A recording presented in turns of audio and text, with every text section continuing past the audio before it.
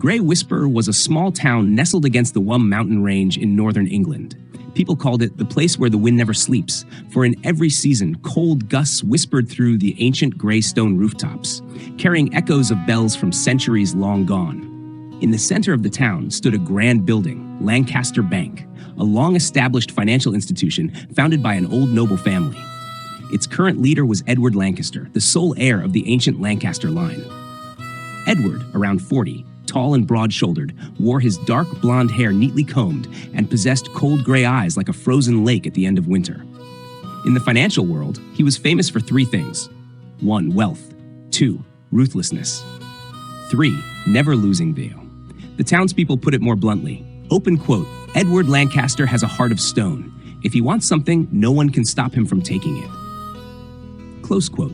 Some poor farmers had lost their land because they couldn't repay small loans in time. Several merchants had gone bankrupt when their payment deadlines came due. To Edward, rules were rules. No one deserved special treatment. He believed, open quote, kindness makes people weak. Money and power are what keep them standing. Close quote. But Greywhisper, the land where the wind murmured, seemed to know more. It had its own ways of reminding people about karma and consequence.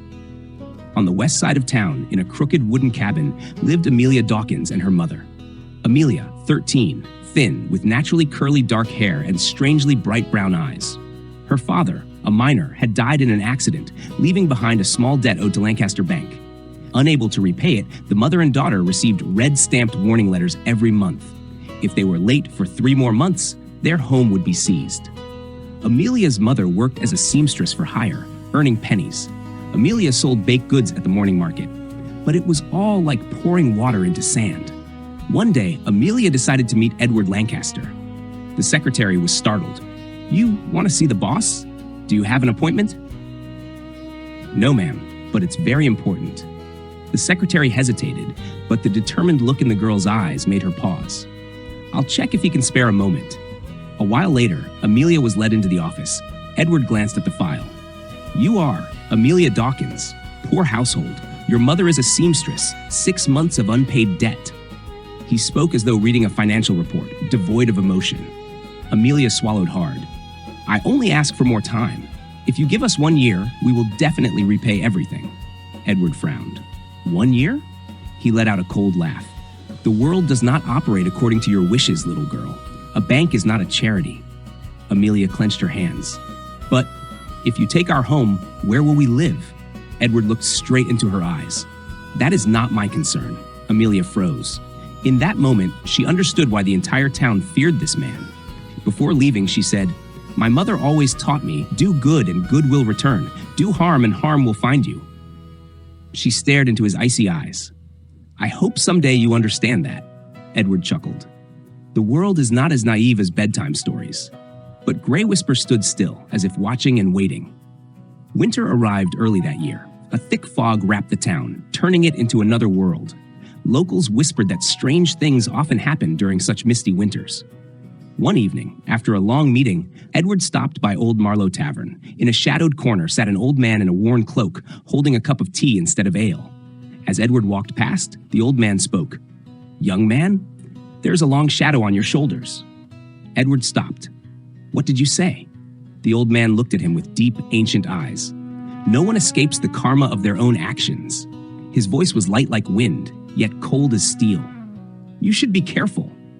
Edward did not believe in such mysticism. He scoffed. Old man, stop talking nonsense. The old man replied, When the fruit begins to ripen, you will remember my words. Then he stood and left, the table swaying slightly as though wind had passed through, even though all windows were closed. Edward turned away, trying to dismiss the chill creeping down his spine. 3 weeks later, the accountant burst into his office in panic. Sir, the trading system. Something's wrong. Several of our investment funds are fluctuating uncontrollably. Edward rushed to the monitoring room. On the screens, red numbers blinked. 25%, 40%, 60%. A major investment in a silver mine in Iceland, once deemed low risk, had collapsed within 48 hours due to a cave-in and legal crisis. The loss was enough to shake the entire Lancaster Bank. Edward roared. Who approved doubling the capital in that fund? The room fell silent. Finally, his assistant whispered, You did, sir. Edward shook his head. Impossible. I would never make such a reckless decision. They opened the email confirmation, his digital signature, his account. All correct. He felt drained. He had signed it on a late night when he'd been exhausted, drinking to ease his stress. Open quote. No one escapes the karma of their own actions. Close quote. The old man's voice echoed as if he were standing right behind him. In the following months, everything unfolded like a chain of bitter consequences. 1. A loan officer was caught embezzling. The press attacked Edward's management. 2. Citizens filed a lawsuit against Lancaster Bank for unfair lending terms. 3. Shareholders pressured him to publicly explain the failures. But worst of all, Edward lost his sleep. Every night he dreamt of faces: the farmer who lost his land, the woman ruined by debt, the child crying as their home was seized. In the dreams, they said nothing. They simply stared, their eyes pressed on his chest like stones. He took sleeping pills, but the more he took, the more restless he became. One night, he looked into the mirror and recoiled. His eye sockets had darkened, his face gaunt, like he had aged 10 years. He muttered, "Just stress, only stress." But inside him, a shapeless fear was growing. The breaking point came when the bank neared collapse. Rumors spread, and hundreds of townspeople stormed in to withdraw their savings. Police had to intervene. Amid the chaos, Edward stood on the second-floor balcony, trembling as the streets swayed before him. This was what he had sown. All his life he thought he was strong, but his success had rested on others' suffering.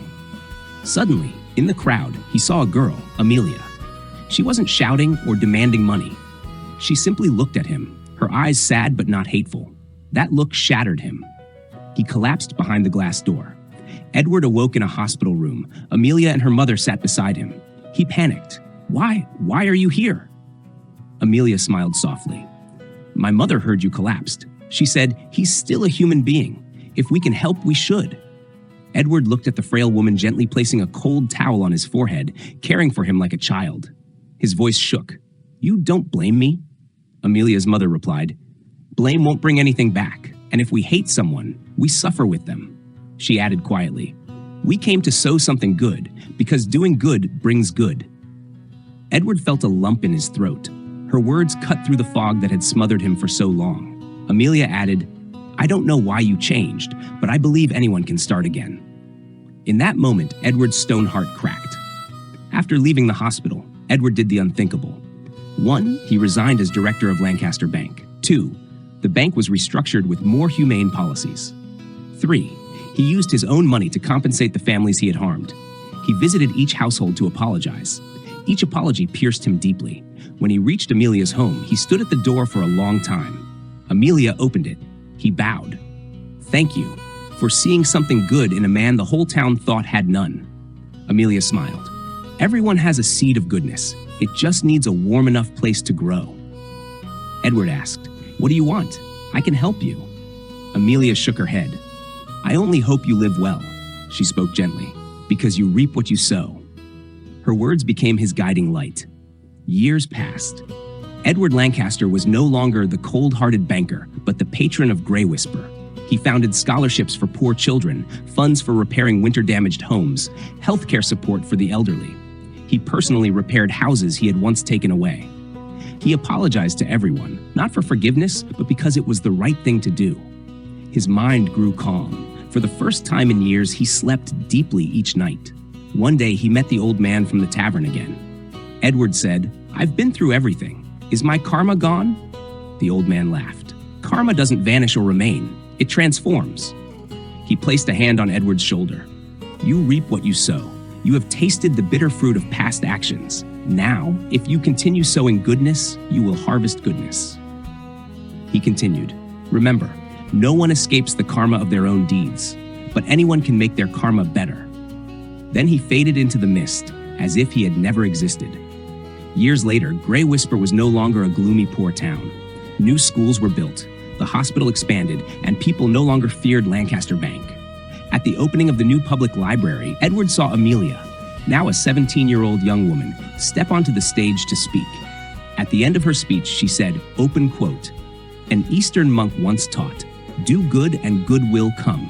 Do evil and evil will return.' Not because someone punishes us, but because the mind creates its own consequences. We cannot change the past, but we can choose to plant kind seeds for the future. Close quote. A gentle breeze swept through, church bells echoed in the distance, and Edward Lancaster smiled, a genuine smile. He had once sown bitter seeds, and life gave him bitterness. He began sowing kindness, and now life returned him peace. Greywhisper, the land where the wind whispers, seemed to have always known this truth.